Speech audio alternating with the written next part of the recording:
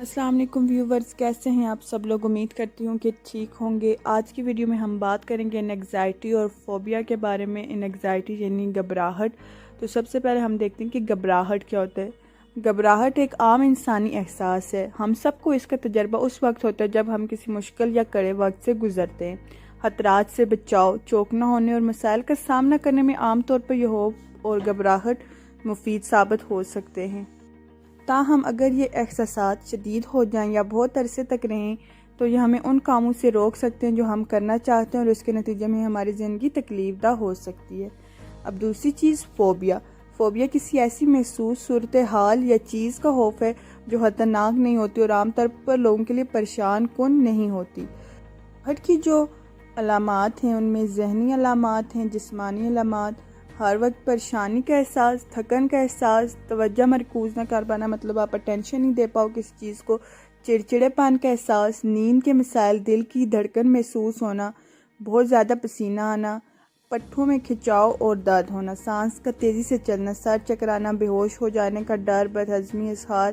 گھبراہٹ کے شکار افراد ان علامات کی وجہ سے سمجھتے ہیں کہ انہیں کوئی شدید جسمانی بیماری ہوگی۔ گھبراہٹ سے ان علامات میں اور زیادہ اضافہ ہو جاتا ہے۔ گھبراہٹ کے غیر متوقع اور اچانک دورے پینک کہلاتے ہیں۔ اگر گھبراہٹ اور پینک کے ساتھ ڈپریشن بھی ہوتا ہے، جب ہم اداس ہوتے ہیں تو ہماری بھوک ختم ہو جاتی ہے اور مستقبل تاریک اور مایوس کو نظر آنے لگتا ہے۔ ایک ایسا شخص جسے فوبیا ہو، اس میں اوپر بیان کی گئی جو میں نے آپ کو ابھی علامات بتائی ہیں وہ پائی جاتی ہیں، لیکن یہ اس وقت ظاہر ہوتی ہیں جب وہ کسی ایسی خاص صورتحال میں ہو جس میں انہیں شدید گھبراہٹ ہوتی ہے۔ دیگر اوقات میں انہیں گھبراہٹ نہیں ہوتی۔ اگر آپ کو کتوں کا خوف ہے تو آپ اس وقت بالکل ٹھیک ہوں گے جب کتے آپ کے آس پاس نہ ہو۔ اگر آپ کو بلندی کا خوف ہے تو زمین پر آپ ٹھیک رہیں گے، مگر جو ہی آپ کسی اونچائی پر جائیں گے تو آپ کو ایک دم خوف آنا شروع ہو جائے گا، کہیں میں گر نہ جاؤں، یا مختلف قسم کے خوف ہوتے ہیں۔ اگر آپ ہجوم کا سامنا نہ کر سکتے ہو تو اکیلے میں آپ آرام سے رہیں گے۔ ایسے جو لوگ ہجوم کا سامنا نہیں کر پاتے، جب وہ باہر نکلتے ہیں تو وہ شدید گھبرا جاتے ہیں۔ اب فوبیا میں مبتلا شخص ایسی صورتحال سے بچنے کی کوشش کرتا ہے جو اسے گھبراہٹ میں مبتلا کر سکتی ہے، لیکن اصل میں اس طرح وقت گزارنے کے ساتھ ساتھ یہ فوبیا شدید ہو جاتا ہے۔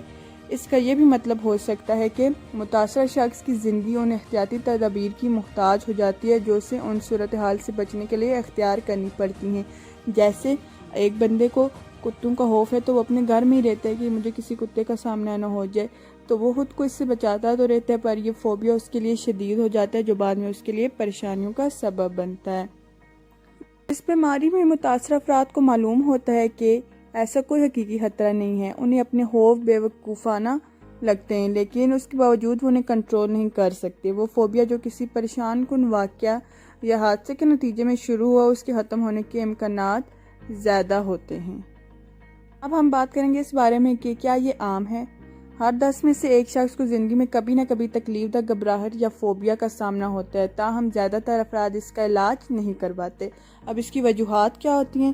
ہم میں سے کچھ لوگوں کی طبیعت اس طرح کی ہوتی ہے کہ وہ ہر بات پہ پریشان رہتے ہیں۔ تحقیقات سے پتہ چلتا ہے کہ اس طرح کی طبیعت جینز کے ذریعے وراثت میں بھی مل سکتی ہیں، یعنی جینیٹک۔ تاہم وہ لوگ جو قدرتی طور پر ہر وقت پریشان نہ رہتے ہیں، اگر ان پر بھی مستقل دباؤ پڑتا رہے تو وہ بھی گھبراہٹ کا شکار ہو جاتے ہیں۔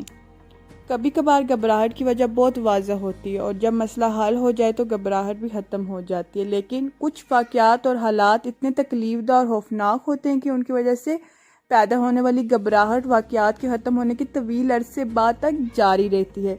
یہ عام طور پر اس طرح کے واقعات ہوتے ہیں جن میں انسان کی جان کو خطرہ ہو، مثلاً کار یا ٹرین کے حادثات اور آگ وغیرہ۔ ان واقعات میں شامل افراد مہینوں یا سالوں تک گھبراہٹ اور پریشانی کا شکار رہ سکتے ہیں، چاہے خود انہیں کوئی جسمانی چوٹ لگی ہو یا نہ لگی ہو۔ یہ ساری علامات پوسٹ ٹرامیٹک سٹریس ڈس آرڈر میں پائی جاتی ہیں۔ کبھی کبھی نشہ آور اشیاء مثلاً ایمفیٹامائنز، LSD کے استعمال کی وجہ سے بھی گھبراہٹ ہو سکتی ہے، حتیٰ کہ کافی میں موجود کیفین بھی ہم میں سے کچھ افراد کو تکلیف دہ حد تک گھبراہٹ کا شکار کرنے کے لیے کافی ہے۔ تاہم دوسری طرف یہ واضح نہیں کہ کوئی مخصوص شخص کیوں گھبراہٹ میں مبتلا ہوتا ہے، اس لیے یہ ان کی شخصیت، ان پر گزرنے والے واقعات اور زندگی کی تبدیلیوں مثلاً بچوں کی پیدائش وغیرہ کی وجوہات کے باعث ہوتے ہیں۔ اب اس ویڈیو کے جو نیکسٹ پارٹس ہوں گے ان میں ہم دیکھیں گے کہ بچوں میں گھبراہٹ یا فوبیا ان کو کس طرح کا ہوتا ہے اور فوبیا کی کتنی قسمیں، وہ ہر ایک قسم میں آپ کو ایکسپلین کر کے بتاؤں گی۔ اس کے علاوہ ہم دیکھیں گے کہ ہم کس طرح سے اس مسئلے کے سے نکل سکتے ہیں، اس کی کیا سائیکو تھراپی ہے یا میڈیسن کے تھرو اس کی کیا ٹریٹمنٹ ہوگی، یہ ساری چیزیں ہم ڈسکس کریں گے۔ تو اس کے باقی پارٹس کی لنک بھی میں ڈسکرپشن میں اس کی ڈال دوں گی، تو آپ نے وہ بھی مسٹ واچ کرنے۔ Thank you so much for watching.